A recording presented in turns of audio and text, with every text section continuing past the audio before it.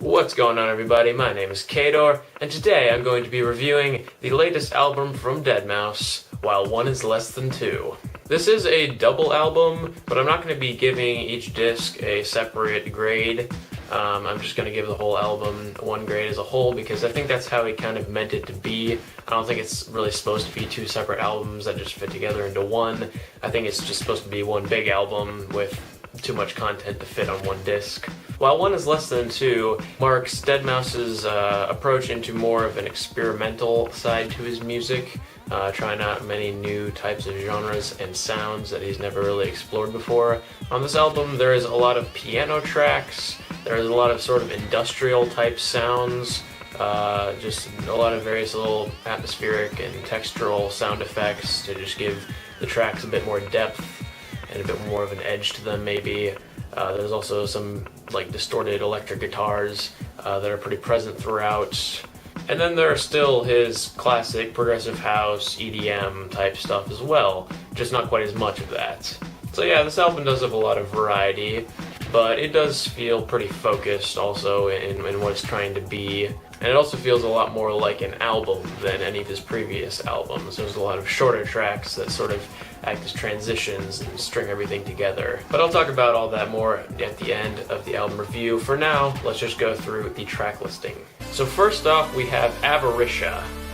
This track starts out with some fantastic chords that build up into this super epic, incredible melody.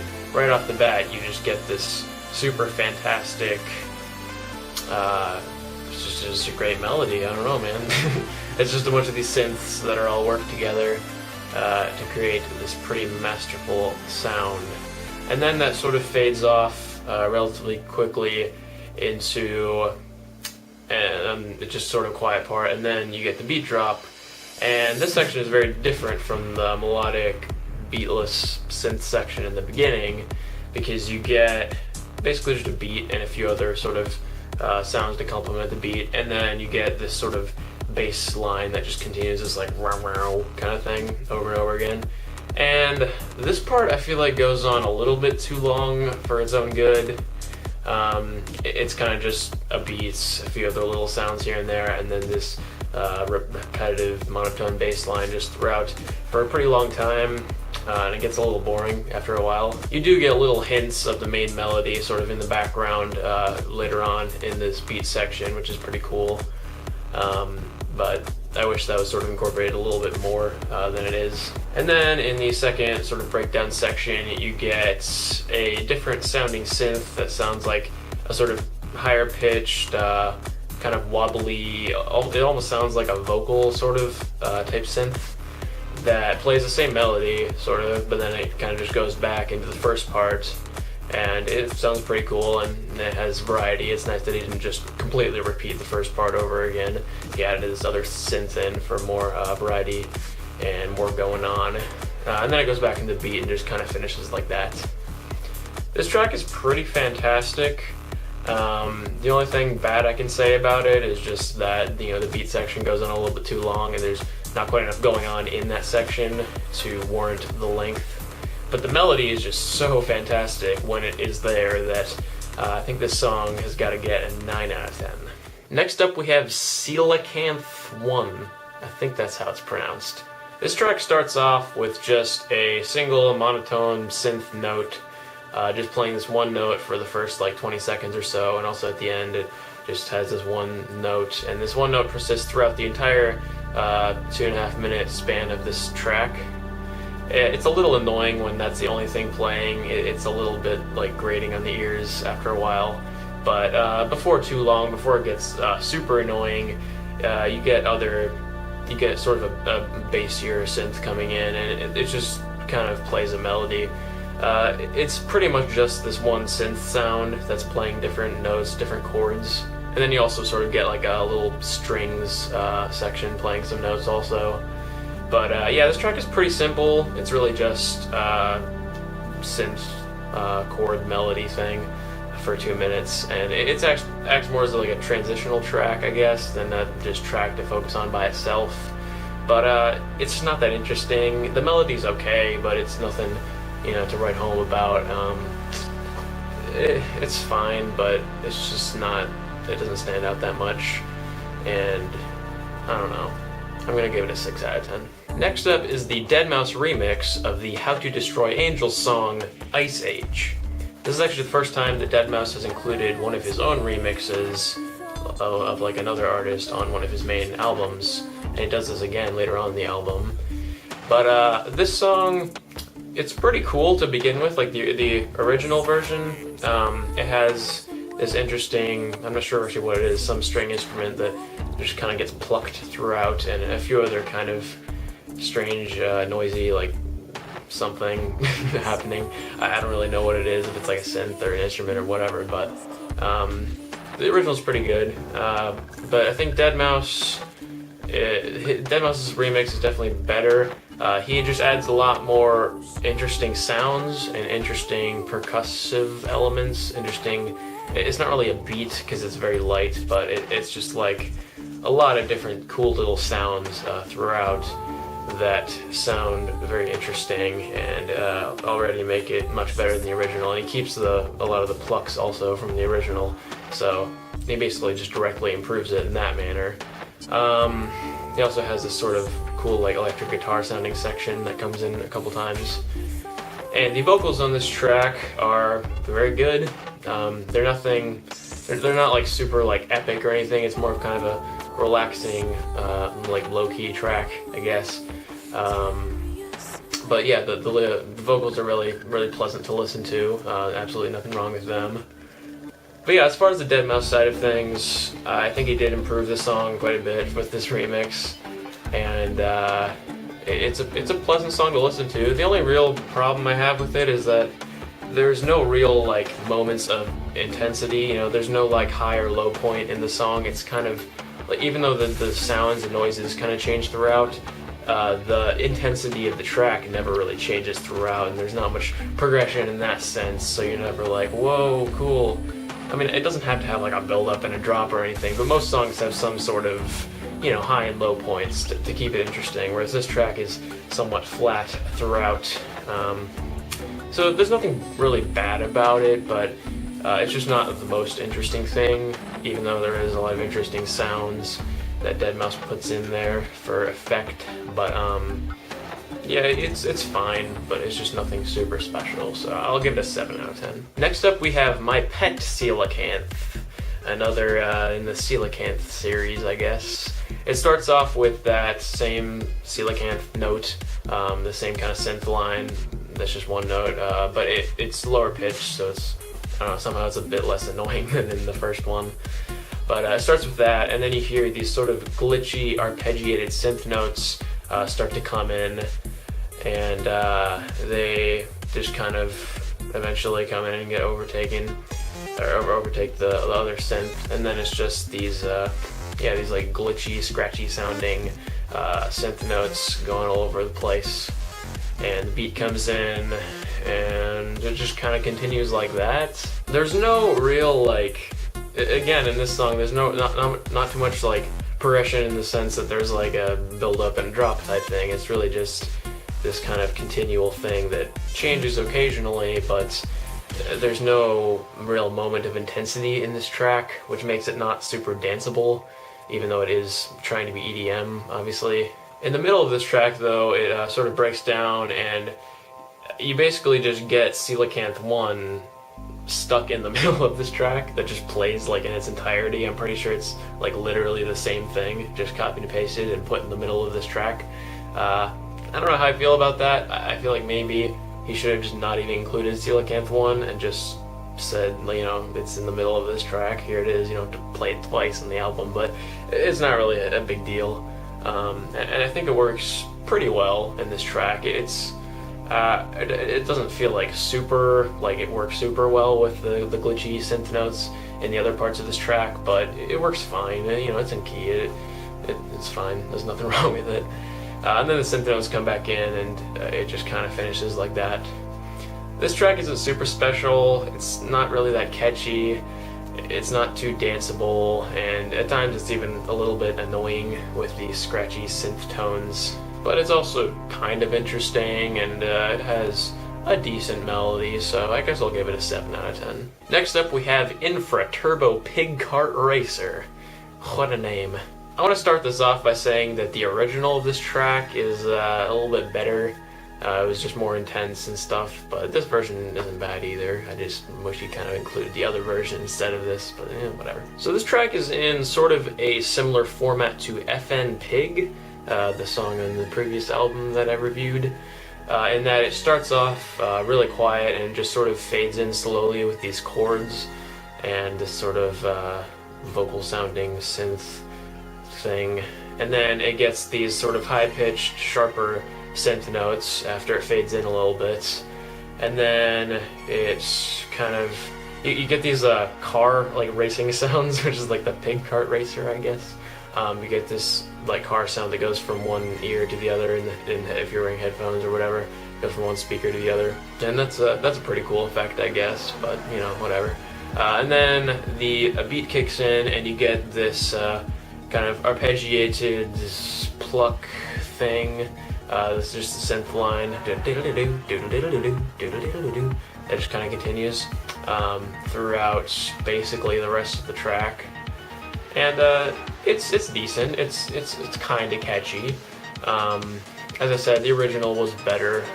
It was a lot more intense melody-wise somehow, and this version, again, it isn't bad, but it's just kind of, you know, it's another one of his progressive house tracks.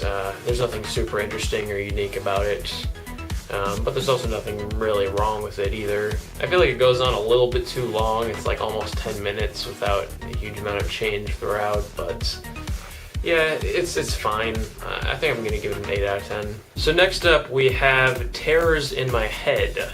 This is a pretty dark, like kind of techno track, but it has a lot of sort of industrial noises and percussion throughout to keep it interesting. It just has a lot of nice kind of glitchy textural sounds, as well as a very dark and driving bass line throughout it. There's also this very creepy voice sample that I believe is from a YouTube ASMR video.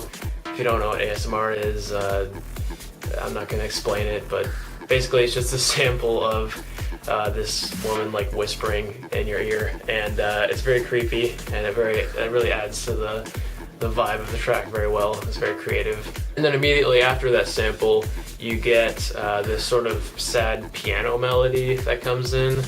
It's just a bit of like a kind of depressing sounding piano.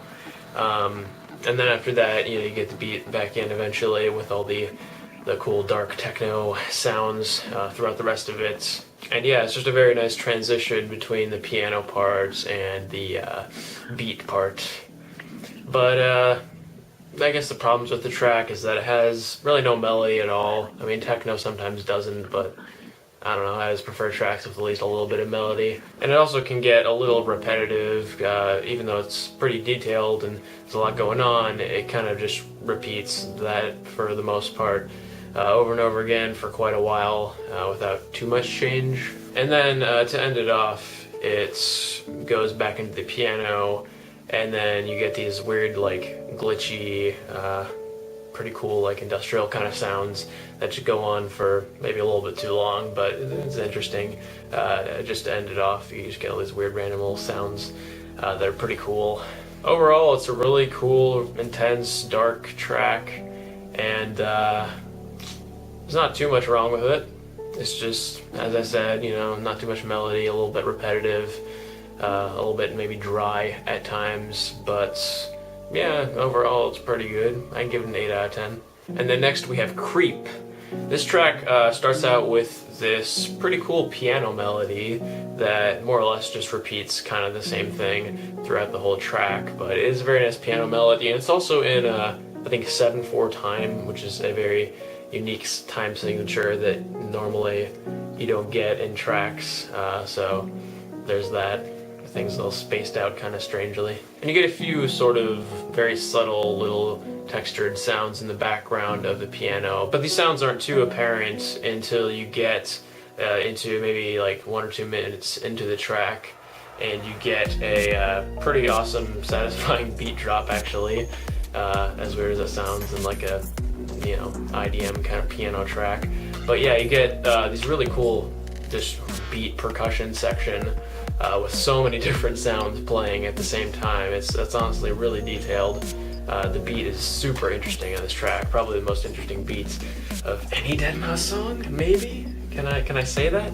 It's definitely not your typical 4 on the floor, you know, house beat or techno beat or whatever.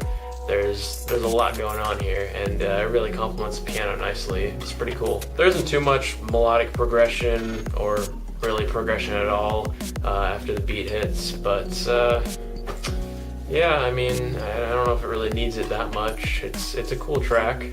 It's not amazing and it's not super catchy really, but it's definitely an interesting, creative, and pretty unique track.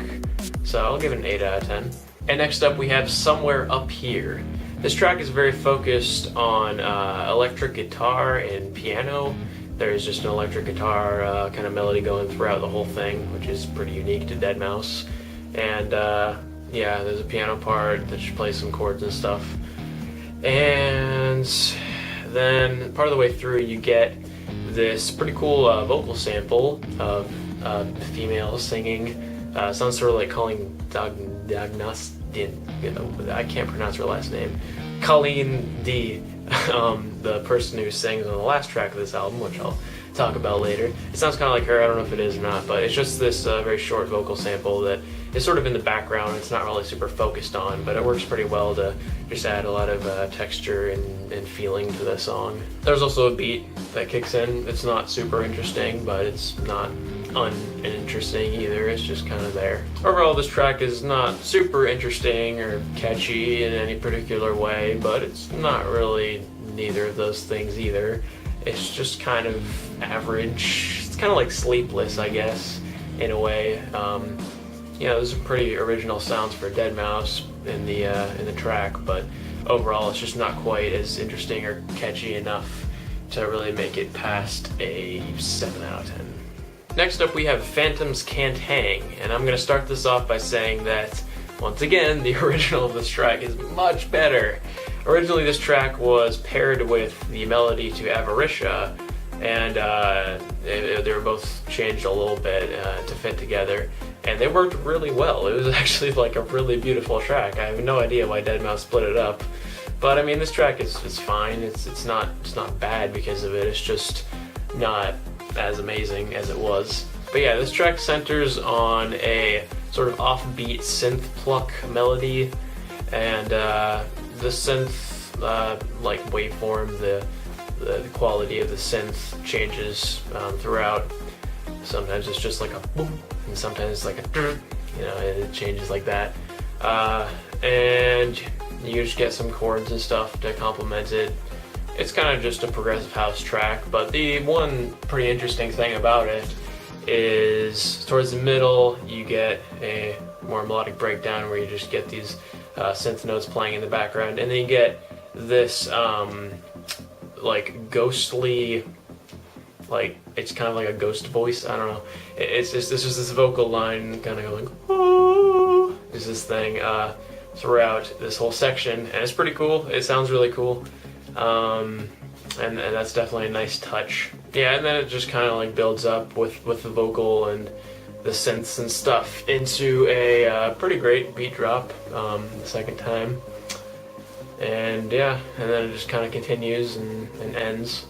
This track isn't super interesting except for the fact that the melody is kind of weirdly spaced. It's like very offbeat, and the vocal thing, the ghost vocal, is pretty cool. But yeah, other than that, it's just kind of a not super catchy, but kind of catchy, not super interesting, but a little bit interesting progressive house track. So I'm going to give it a 7 out of 10. And then next up we have Gula. This track starts out with a pretty dark sounding piano that then gets a little bit of sort of subtle percussion added to it at one point, and then it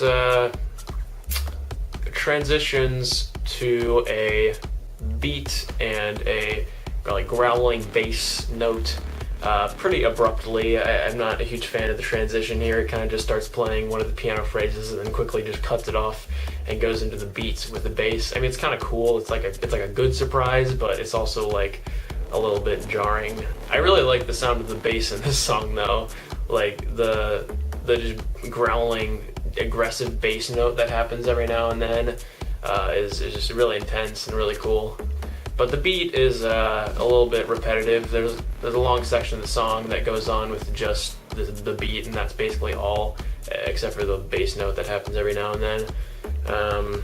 But yeah, it makes it a little bit uninteresting for that stretch of it. But then you get the transition into the second part of AVARITIA, which is pretty interesting. By second part, I mean like the second melodic part, where it has the sort of high-pitched, wobbly, vocal-sounding synth line, and it just plays the AVARITIA melody again in the middle of this track, which is pretty interesting choice, but I think it works pretty well. Essentially makes this track like a darker version of AVARITIA, and like the bass notes that I've been talking about work really well with the melody of AVARITIA to make it even more intense and dark. So yeah, after the AVARITIA melodic part, it just kind of cuts back to the beats, goes to the piano, and then just kind of ends. The main problem I have with this track is that it feels very segmented. Like, yeah, there's just this piano section, there's the beat section, there's the AVARITIA melody, you know, there's the beat section again. Like, there's nothing that really ties any of it together except for the bass line, I guess, like the growling bass synth that happens every once in a while. Kind of ties the beat section with the melodic section, but the piano is just kind of there, and the transitions aren't super good between these sections, so it feels sort of weirdly put together, I guess. But I mean, just as a song, it's not bad. And this is actually the last track on the first disc, so it's kind of cool how it goes like full circle. It, you know, harkens back to the first track on the disc and then ends with that same melody. So that's a pretty cool design choice, I guess. But yeah, I think with the pros and cons put against each other here, this track should get a 7 out of 10.